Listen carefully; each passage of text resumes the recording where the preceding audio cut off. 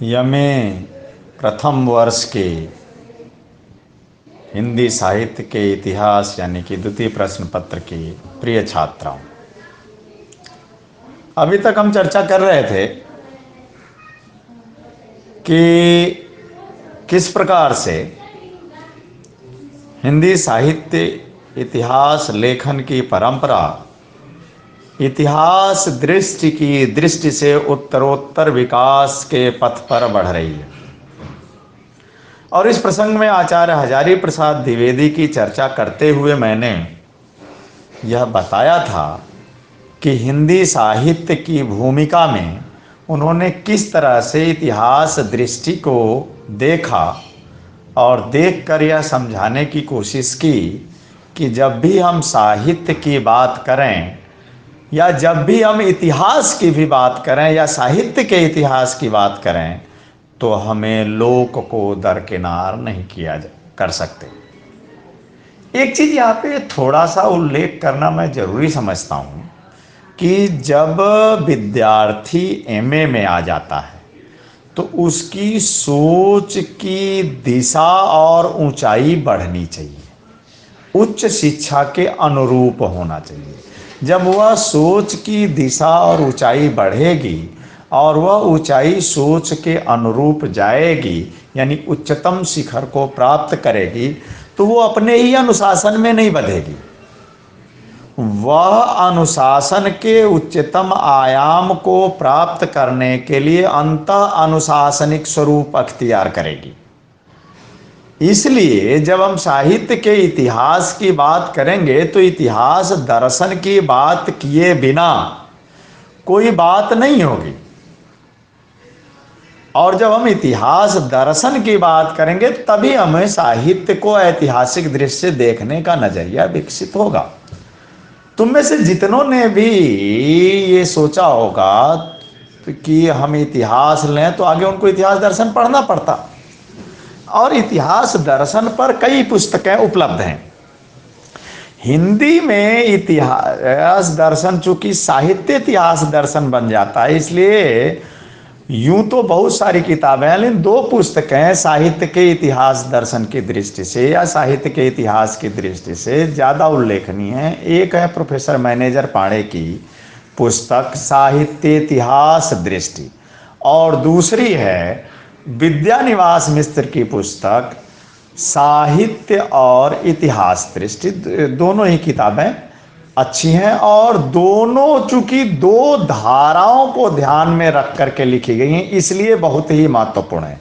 लेकिन साहित्य के इतिहास बोध या साहित्य इतिहास दृष्टि नाम न रखने के बावजूद आचार्य हजारी प्रसाद द्विवेदी की साहित्य की भूमिका एक उल्लेखनीय साहित्य इतिहास दृष्टि की ओर संकेत करती है। जैसे पहले ही मैंने कहा कि आपको अंतःशासनिक होना चाहिए यानी कि दूसरे विषयों को भी जाना चाहिए। अब इतिहास दर्शन मूलतः इतिहास का विषय है। उच्च शिक्षा के आयाम पे पहुंचोगी तो इतिहास दर्शन की बात करोगी और इतिहास के विषय में प्रवेश कर जाओगी। उसमें इतिहास की एक और सबाल्टर्न पद्धति की चर्चा बहुत होती है, वो यूं तो हम जाएंगे तो बहुत लंबा चौड़ा हो जाएगा, लेकिन संक्षेप में अगर उसको हम समझें तो इतिहास के संदर्भ में, इवन साहित्य के इतिहास के भी संदर्भ में आओगी तो भक्ति काल पढ़ोगी तो भक्ति काल में एक बात आती जाएगी कि ऐसा है कि भक्ति काल हिंदी साहित्य का स्वर्ण काल है। ऐसे ही जब तुम इतिहास में जाओगी, अतीत की बात करोगी तो वहां पर सारी चीजों को देखोगी तो सुख सुविधाओं और साम्राज्य विस्तार, राजनीतिक चेतना, आर्थिक स्थिति आदि बाकी कई पहलुओं पर देखते हुए देखोगी तो एक खास कालावधि के लिए इतिहासकारों द्वारा कहा गया कि यह काल इतिहास की दृष्टि से स्वर्ण काल है।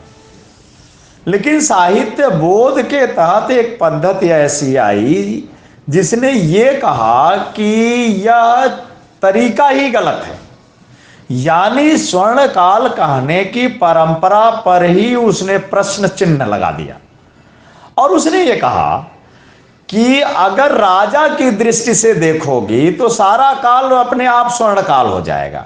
ऐसा कौन सा राजा है जो महलों में नहीं रहता हो? ऐसा कौन सा राजा है जिसके पीछे सोने चांदी की चीजें बिछी न पड़ी रहती हैं। ऐसा कौन सा राजा था जिसके लिए एक इशारे पे उपलब्ध सारे भौतिक संसाधन और सुख के साधन उपलब्ध ना हो, लेकिन क्या वो आम आदमी को भी उपलब्ध थे? इसलिए इतिहास का मूल्यांकन ये देखना होगा कि जनता किस तरह से सुखी थी, न कि राजा। तो जब इस दृष्टि से हम इतिहास का मूल्यांकन करेंगे तो संभवतः कोई ऐसा शासन काल नहीं होगा अतीत के भीतर जो स्वर्ण काल कहला सके। आचार्य हजारी प्रसाद द्विवेदी भूमिका में इसी बात का साहित्य के प्रसंग में उल्लेख करते हैं। शुक्ल जी की बहुत सारी विशेषताओं के होने के बावजूद एक कमजोरी शुक्ल जी की तो यह रह जाती है कि शुक्ल जी एक विशिष्टतावाद के पक्षधर रह जाते हैं, एक व्यवस्था के पक्षधर रह जाते हैं, जिसके कारण लोक का एक बड़ा हिस्सा छूट जाता है। ये थर्ड ईयर तक तुमने लोगों ने पढ़ा होगा। सिद्धोनाथों को शुक्ल जी या इतिहास की कोटि से खारिज कर देते हैं। उनकी दृष्टि से जो वीर गाथात्मक रचनाएं हैं वही महत्वपूर्ण है और सर्वाधिक महत्वपूर्ण है।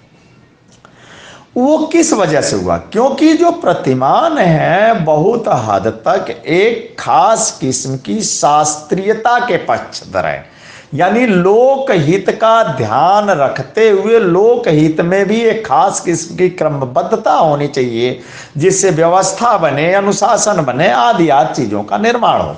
जबकि लोक जब अपनी गति से चलता है तो उसका अध्ययन संपूर्णता में होना चाहिए।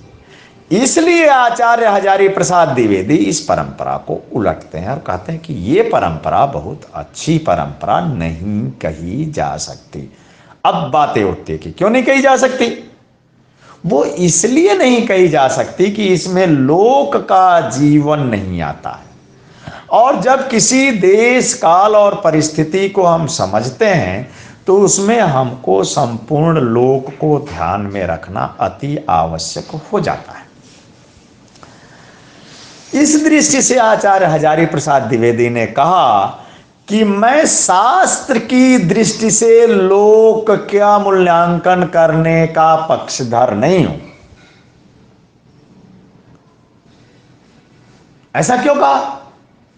क्योंकि ऐसा कहने से अक्सर है क्या कि शास्त्र की कसौटी पर जब आप लोक को परखेंगे तो लोक बहुत बड़ा हिस्सा छूट जाता है और फिर सत्य का उद्घाटन नहीं होता है। क्योंकि शास्त्र में अक्सर एक खासियत होती है कि यह सत्य को अनुकूलित करता है, जबकि सत्य एक ऐसी चीज है कि किसी भी अनुकूलन की सीमा में नहीं बनता है, वो अनुकूलन की सीमा को तोड़ता हुआ आगे बढ़ता है। इसलिए आचार्य हजारी प्रसाद द्विवेदी कह रहे हैं कि नहीं, मैं शास्त्र के माध्यम से लोक की बात करना नहीं चाहता, बल्कि लोक के आधार पर शास्त्र का मूल्यांकन करना चाहता हूं। यानी शास्त्र में भी लोक के सुख दुख पीड़ा, उनकी व्यंजना आदि किस रूप में और कितनी आई है, इस आधार पर शास्त्र की श्रेष्ठता प्रमाणित करने की आवश्यकता है, न कि शास्त्र के आधार पर लोक की श्रेष्ठता अश्रेष्ठता, उसका उत्कृष्टता देखने की जरूरत है। हाँ, इसका यह मतलब नहीं है कि उसके सामाजिक योगदान के पक्षधर नहीं थे, लेकिन हाँ, जब अध्ययन करेंगे तो आप उसको पूरी तरह खारिज नहीं करेंगे, उसको शामिल करते हुए चलेंगे। और जब उसको शामिल करते हुए चलेंगे तब आप पाएंगे कि उस लोक में केवल शुद्ध राजाओं के महल और हवेलियां नहीं हैं, राजनैतिकता के परिपोषक और नैतिकता के आधार पर संपूर्ण जनता को दंडित करने वाले तत्व नहीं हैं। उस लोक में रहने वाले आधे पेट खाने वाले लोग भी निहित हैं। उस लोक में तंत्र मंत्र जादू टोना सिद्ध नाथ आदि भी हैं, जैन मुनियों की शांत रचनाएं रस की रचनाएं भी हैं, और साथ ही साथ वो सारी चीजें भी है जिसकी वकालत आचार्य रामचंद्र शुक्ल कह गए थे। तो इस दृष्टि से लोक के माध्यम से शास्त्र का मूल्यांकन, यही वजह है कि आचार्य रामचंद्र शुक्ल को से उत्तरोत्तर उत्तर उत्कृष्टतम आलोचनात्मक आयाम को उपस्थित करते हुए जब हजारी प्रसाद द्विवेदी उपस्थित हुए तो उनकी महत्ता को स्थापित करते हुए प्रोफेसर नामवर सिंह ने आप बहुत बाद में आचार्य हजारी प्रसाद द्विवेदी पर केंद्रित एक किताब निकाली, जिस किताब का नाम ही था दूसरी परंपरा की खोज। और हिंदी साहित्य के इतिहास में दूसरी परंपरा की खोज का एक स्थायी महत्व है। बहुत सारे लोग दूसरी परंपरा की खोज के स्थायी महत्व को इसलिए रेखांकित करते हैं कि दूसरी परंपरा की खोज ने शुक्ल बनाम यानी कि आचार्य रामचंद्र शुक्ल बनाम आचार्य हजारी प्रसाद द्विवेदी का विवाद खड़ा किया। अगर ध्यान से देखोगी तो आचार्य रामचंद्र शुक्ल बनाम आचार्य हजारी प्रसाद द्विवेदी का विवाद की दृष्टि से यह पुस्तक महत्वपूर्ण नहीं है। यह पुस्तक इस दृष्टि से महत्वपूर्ण है कि आचार्य हजारी प्रसाद की एक इतिहास दृष्टि, जो इतिहास के विद्यार्थियों के लिए भी बहुत महत्वपूर्ण है, एक नए तरह से अतीत को देखने की नींव डालती है, जिसमें इतिहास को देखने की एक तरफ सामाजिक, आर्थिक और राजनैतिक चेतना है, वहीं दूसरी तरफ साहित्य के स्पंदन की संवेदनात्मकता भी है। इस संवेदनात्मकता के कारण हम इस छोर पर पहुंचते हैं कि एक मुख्य धारा की परंपरा है हमारी, जिसमें अधिकांशतः अभिजात्य सम्मिलित है, और वह अभिजात्य अपनी संस्कृति के वर्चस्व के माध्यम से एक ऐसी राजनीति का परिपोषण करता चलता है जिससे निम्न क्षेत्र में पड़े हुए लोग, हाशिए पर पड़ी हुई जनता और बाकी किसी भी प्रकार के उपासना पद्धतियों से युक्त लोग मुख्य धारा में ना आ सके। तो यह परंपरा ही दूसरी परंपरा है। इसीलिए दूसरी परंपरा की खोज में एक विधवा स्त्री के संदर्भ में चर्चा होती है कि वह बहुत कम उम्र में वो विधवा हो चुकी है और उसका पूरा इतना लंबा जीवन बचा हुआ है, और आचार्य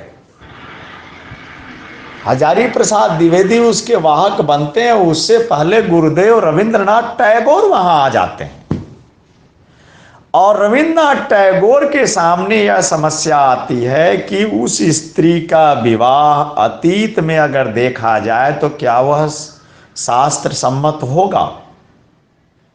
क्या अतीत में ऐसा कोई उदाहरण मिलता है जिसमें हम, और खास करके शास्त्रों में, जिससे हम कह सकें कि विधवा विवाह कभी हुआ था? यह जिम्मेदारी गुरुदेव रविंद्रनाथ टैगोर ने आचार्य हजारी प्रसाद द्विवेदी को दी, जिसका मुख्य रूप यह था कि कुल मिलाकर के विधवा विवाह को शास्त्र सम्मत भी ठहराया जाए। चूंकि आचार्य हजारी प्रसाद द्विवेदी सत्य के अन्वेषी थे, और सत्य का अन्वेषी आधा झूठ भी नहीं बोलता, क्योंकि कई बार आधा झूठ पूरे झूठ से दोगुना हानिकारक होता है। इसलिए आचार्य हजारी प्रसाद द्विवेदी शास्त्र मर्मज्ञ होते हुए भी इस विषय पर अनेक शास्त्रों का अध्ययन करते हुए भी वे आचार्य टैगोर के पास, गुरुदेव के पास जाने से बचते हैं। अंततः गुरुदेव ने बुला करके एक दिन पूछ ही लिया कि आखिर मूलभूत कारण क्या है जिसके कारण तुम इस प्रश्न को सामने रखने से बच रहे हो। द्विवेदी जी ने सत्य सत्य बताया, लेकिन बड़े विद्वानों की बातें बहुत अलग तरीके से होती। द्विवेदी जी ने गुरुदेव को बताया कि ऐसा है कि अगर शास्त्रों आदि की बात मैं करूं तो